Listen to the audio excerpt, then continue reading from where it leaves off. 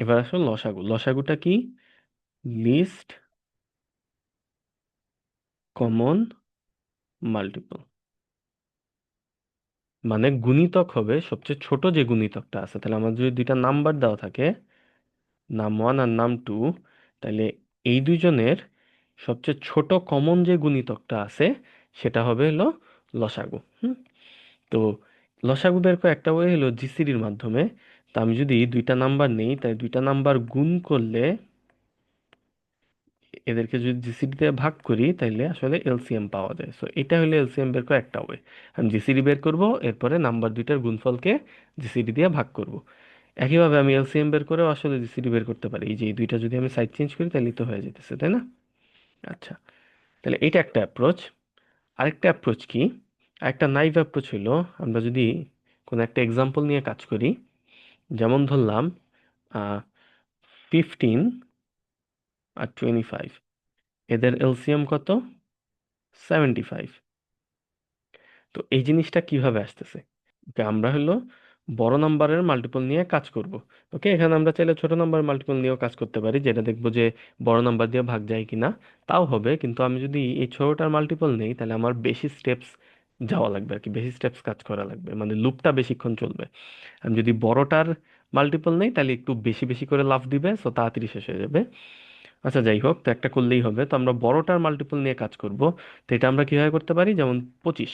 তো ফার্স্টে দেখবো 25, ওকে 25 নিজে গিয়ে নিব, লার্জার নাম্বারটা নিব, দেখবো স্মলার নাম্বার দিয়ে এটা ভাগ যায় কিনা। 15 দিয়ে ভাগ যায় না। ওকে, তাহলে এবার এটাকে আপডেট করবো। আপডেট করে কি করবো? 25-এর পরের মাল্টিপলটা নিব। পরের মাল্টিপলকে 50। এরপর দেখবো 15 দিয়ে 50 ভাগ যায় কিনা, যায়, যায় না। ওকে, তাহলে এরপরের স্টেপে এটাকে আপডেট করে কি করব? 25-এর পরের মাল্টিপল নিব। 25-এর পরের মাল্টিপলকে 75। এবার দেখবো 75 15 দিয়ে ভাগ যায় কিনা, যায়, তার মানে এটা হলো এলসিএম। ওকে, তো এইরকম করে আমরা মুভ করতে থাকবো আস্তে আস্তে। তাহলে আমরা কি করব? ফার্স্টে ফার্স্টে আমাদের লার্জার নাম্বারটা পিক করা লাগবে। এরপর দেখবো স্মলার দিয়ে ভাগ যায় কিনা। এরপরে থার্ড স্টেপটা কি করা লাগবে? থার্ড স্টেপ হলো আমার, যদি না যায়, ভাগ না গেলে আপডেট করা লাগবে। তাহলে এরপর কি, ভাগ যদি না যায়, তাহলে এই যে আপডেট করব, আপডেট করে আবার একই কাজ ঘুরতে থাকবে। ওকে, তো আমরা এটা একটু কোডে দেখে আসি। আচ্ছা, এলসিএম এর তাহলে আমরা অ্যাপ্রোচটা কি দেখছি, যে আমরা হলো লার্জার নাম্বারটা আগে ডিটেক্ট করব, দেন এর মাল্টিপল নিয়ে আমাদের কাজ করা লাগবে, তাই না? তো আমরা লার্জার নাম্বার দিয়ে স্টার্ট করব, দেখব স্মলারটা লার্জারকে ভাগ করতে পারে কিনা। যদি পারে, তাহলে লার্জারটাই হবে হলো আমাদের লসাগু। আর যদি না পারে, তাহলে লার্জারটার মাল্টিপলে আমরা লার্জারটার আপডেট করতে থাকবো। দেন আবার স্মলটা দিয়ে ভাগ করে করে দেখব যে কি হয়। ওকে, তো এই ক্ষেত্রে আমাদের কি করা লাগতেছে? লার্জার নাম্বারটা আগে ডিটেক্ট করা লাগতেছে, তাই না? তাহলে ইন্ট লার্জার, তাহলে আমরা নিলাম। এখন ইফ যেটা লার্জার সেটা এখানে অ্যাসাইন করে দিব, নাম 1 গ্রেটার দেন নাম 2, তাইলে লার্জারটা কি হবে? লার্জারটা হবে হলো নাম 1।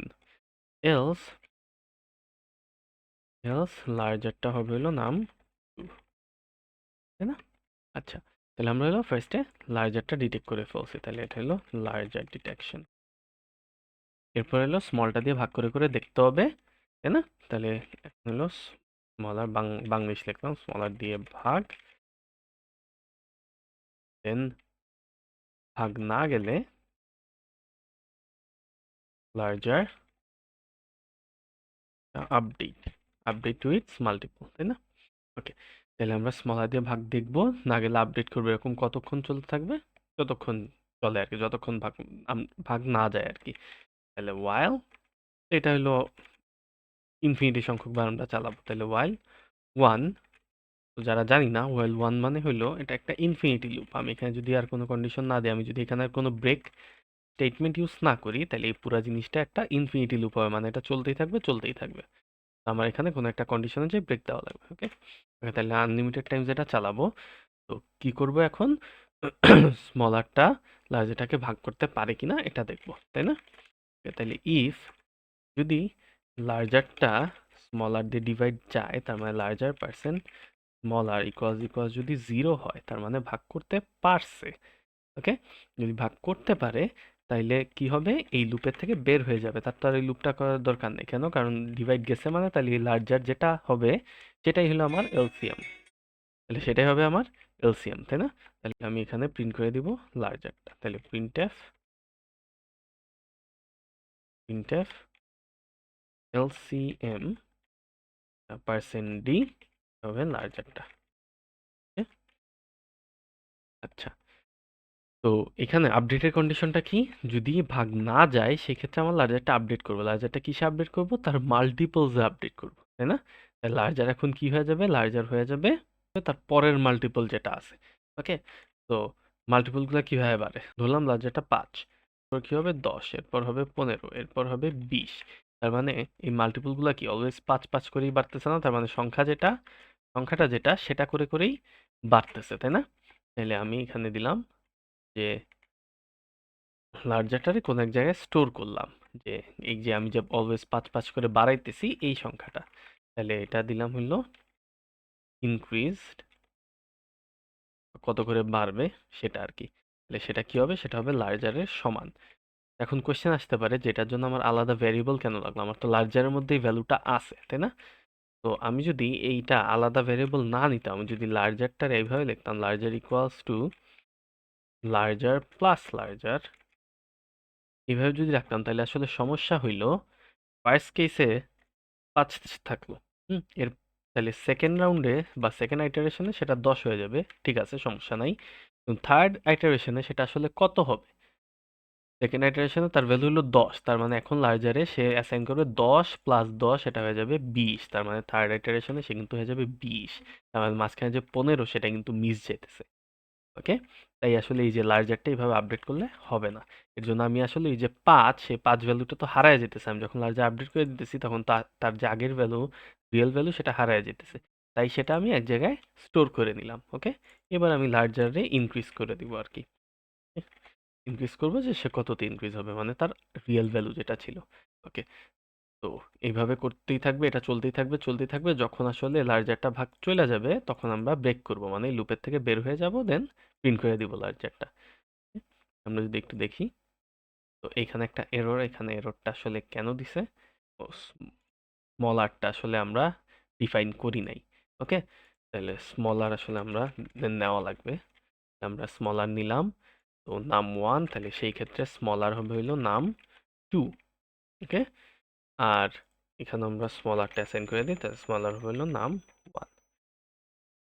ঠিক আছে, তাহলে এবার যদি আমরা রান দিই, এবার আমি যে স্মল আরটা আমাদের কাছে আছে, এবার রান দিই দুইটা নাম্বারের এলসিএম মানে লসাগু। লসাগু যদি আমি বের করি, যেমন ১৫ আর ৭৫, ১৫ আর ২৫ আর কি, ১৫ আর ২৫ নিলে তাদের এলসিএম হবে ৭৫। ঠিক আছে, আমি যদি নেই ১০ আর ২০, তাহলে এদের এলসিএম কত? ওকে, তো এভাবে করে আমরা যেহেতু এলসিএম বের করছি, তাহলে জিসিডিও বের করতে পারি। একইভাবে জিসিডি বের করে ফেললে এলসিএমও কিন্তু বের করা যায়। সো একটা প্রবলেম যদি দুইটাই বলে, তাহলে দুইটা আমরা তখন কিভাবে বের করে দিব একই সাথে?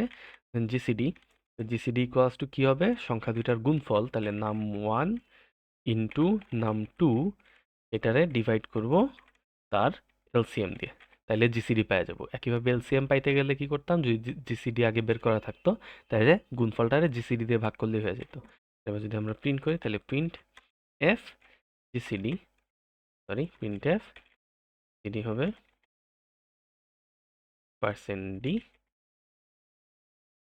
আমরা নিউ লাইন দেই শুরুতে, হয়তো একসাথে প্রিন্ট হবে এলসিএম আর জিসিডি।